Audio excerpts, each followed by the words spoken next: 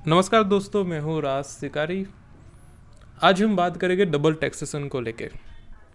मगर पहले मैं आपको अपना परिचय दे दूँ कि मैंने इकोनॉमिक्स की डिग्री प्राप्त की है गुजरात यूनिवर्सिटी से, और इसीलिए मैं मानता हूँ कि इकोनॉमिकल अफेयर्स में डिस्कशन करना और चर्चा करना ज़्यादा सही है मेरे लिए। तो बात करते हैं डबल टैक्सेशन को लेके। इससे बहुत सारे लोग परेशान हैं और इस पर कुछ ना कुछ तो होना चाहिए, मेरा मानना है, क्योंकि ऐसे अगर किया जाएगा तो समाज पे इसकी गलत असर पड़ेगा। मैं एक एक करके आपको पूरी सिचुएशन बताता हूँ और आप मुझे बताएगा कि ये कितना सही या कितना गलत है, नीचे कमेंट करके। तो उदाहरण से शुरू करते हैं। एक लड़का है जिसका नाम है मनोज। वो साल भर में 5 लाख रुपए कमाता है। 5 लाख में वो 20% टैक्स देता है, यानी कि लगभग 1 लाख रुपए 5 लाख में से उसे टैक्स के रूप में देने पड़ते हैं। तो बचे उसके पास 4 लाख रुपए। अब 4 लाख में से वो एक बाइक खरीदने जाता है। तो जो पैसे वाइट है, यानी कि उसने टैक्स दे दिया है, उस पैसों के ऊपर भी उसे बाइक खरीदते समय टैक्स देना पड़ता है। बाइक वाली कंपनी को उसे टैक्स चुकाना पड़ता है, जिससे कि वो चीज़ पहले से ही महंगी है, जो कि और महंगी हो जाती है। तो उसने अपने सफ़ेद पैसों से बाइक ली। अब जब बाइक ले ली, अब जब वो पेट्रोल लेने जाता है तो पेट्रोल के ऊपर भी वो टैक्स चुकाता है।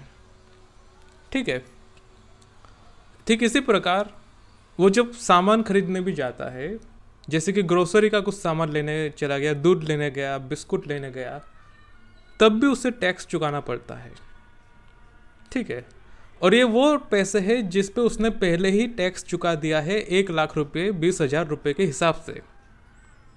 पहले से ही उसने अपनी आय पे पूरा टैक्स चुका दिया है 20% के हिसाब से, मगर फिर भी उसे दूध पे टैक्स देना पड़ता है, पेट्रोल पे टैक्स देना पड़ता है, बाइक खरीदने जाए तब भी टैक्स देना पड़ता है। यह है डबल टैक्सेशन। अब चलता हूँ एक खतरनाक एग्जाम्पल। इसके आगे भी एक एग्जाम्पल है जो कि आपको बहुत परेशान करेगा। तब मनोज की शादी हो जाती है। अब उसे घर की ज़रूरत है। तो जब वो घर खरीदने जाता है तो उसे घर पे भी टैक्स देना पड़ता है, उन पैसों पे जिसका उसने पहले से ही टैक्स दे दिया है। तो टैक्स देने के बाद भी उसे घर के लिए फिर से टैक्स चुकाना पड़ता है। अब बात करते हैं दूसरे पार्टी की। दूसरी पार्टी कौन है? दूसरी पार्टी वो है जो कि मनोज को घर बेचता है। तो वो दूसरी पार्टी का नाम क्या है बताता हूँ। उस दूसरी पार्टी का नाम है रमेश। रमेश ने अपना घर बेच दिया, और उस घर को बेचने पे रमेश को भी कुछ टैक्स देना पड़ा। क्यों? क्योंकि जो पैसे आए थे उसमें से उसे कुछ प्रॉफिट हुआ, तो उस प्रॉफिट पे उसे टैक्स देना पड़ता है। तो सरकार को वहाँ से भी आय हुई उस घर को बेचने पे। अब जब रमेश ने घर बेचने के बाद टैक्स चुका दिया सरकार को, तो रमेश उस पैसों से कुछ और लेने जाता है। जैसे कि बात आ गई, वो लेने जाता है 1 किलो घी, देसी घी। ठीक है। तो उसने 1 किलो देसी घी लिया। अब जो घी वाला है उसने पैसे ले लिए। वो जो पैसे है उसने लिए घी वाले ने, वो पैसे पहले से ही टैक्स चुकाए हुए पैसे हैं, यानी कि वो सफ़ेद पैसे हैं। मगर फिर भी उसने घी बेचा और उसे पैसे मिले, तो वो उसकी आय बन गई। और उस आय पे अब वो फिर से सरकार को टैक्स चुकाएगा। सरकार कहेगी कि तुमने घी बेचा है, तो घी बेच के तुमने 5 लाख रुपए कमाए, तो तुम 5 लाख रुपए पे मुझे टैक्स दो। तो आपने क्या देखा यहाँ पे? आपने देखा, पूरी स्टोरी अगर मैं बताऊँ, तो मनोज ने टैक्स दिया, रमेश ने टैक्स दिया, और घी वाले ने भी टैक्स दिया। तो इसमें हुआ क्या कि हर कोई टैक्स दे रहा है, यानी कि सरकार को हर जगह से टैक्स ही टैक्स मिल रहा है। तो सवाल ये है कि जब पैसे लिमिटेड है इकोनॉमी में, तो लोगों के पास पैसे रहेंगे कैसे?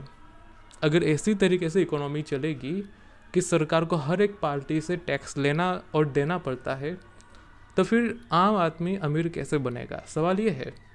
तो मेरा ये मानना है कि जो आदमी टैक्स देता है उसे कुछ ना कुछ छूट मिलनी चाहिए, कुछ ना कुछ छूट मिलनी चाहिए। अगर आप कुछ पैसे कमाते हैं, इसका सीधा सा एक उपाय यही है कि लोगों को हर एक चीज़ पे टैक्स रिलीफ दिया जाए।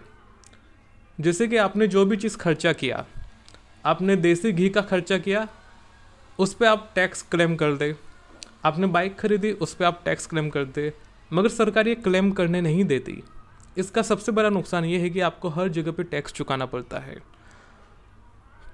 यहाँ पे आर्ग्यूमेंट केवल इतना है कि मैं उस चीज़ पे टैक्स क्यों चुकाऊँ जिसके लिए मैंने पहले से ही टैक्स चुका दिया है।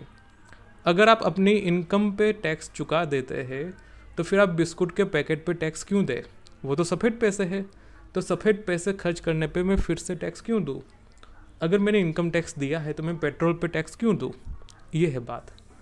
तो यही प्रॉब्लम है डबल टैक्सेशन का, जो कि सॉल्व करना ज़रूरी है, क्योंकि अगर ऐसा नहीं किया गया तो लोग फिर निकल लेंगे दुबई, सिंगापुर, बाकी किसी देश पे जहाँ पे टैक्स कम है, और इससे ओवरऑल देश को नुकसान है। तो देश को नुकसान ना हो इसलिए इस पर सोच विचार करना ज़रूरी है। बाकी जो नेता के समर्थक है, तुम लोग नीचे गाली दे सकते हो, मगर जो लोग चिंतित है इकोनॉमिकल सिचुएशन से, देश के विकास से, वो लोग सब्सक्राइब करके बता सकते हैं कि भाई क्या किया जाए इस समस्या का। सो कैसा लगा कैसा नहीं ज़रूर बताना ये विचार। सो इट इज़ मी राज शिकारी साइनिंग ऑफ।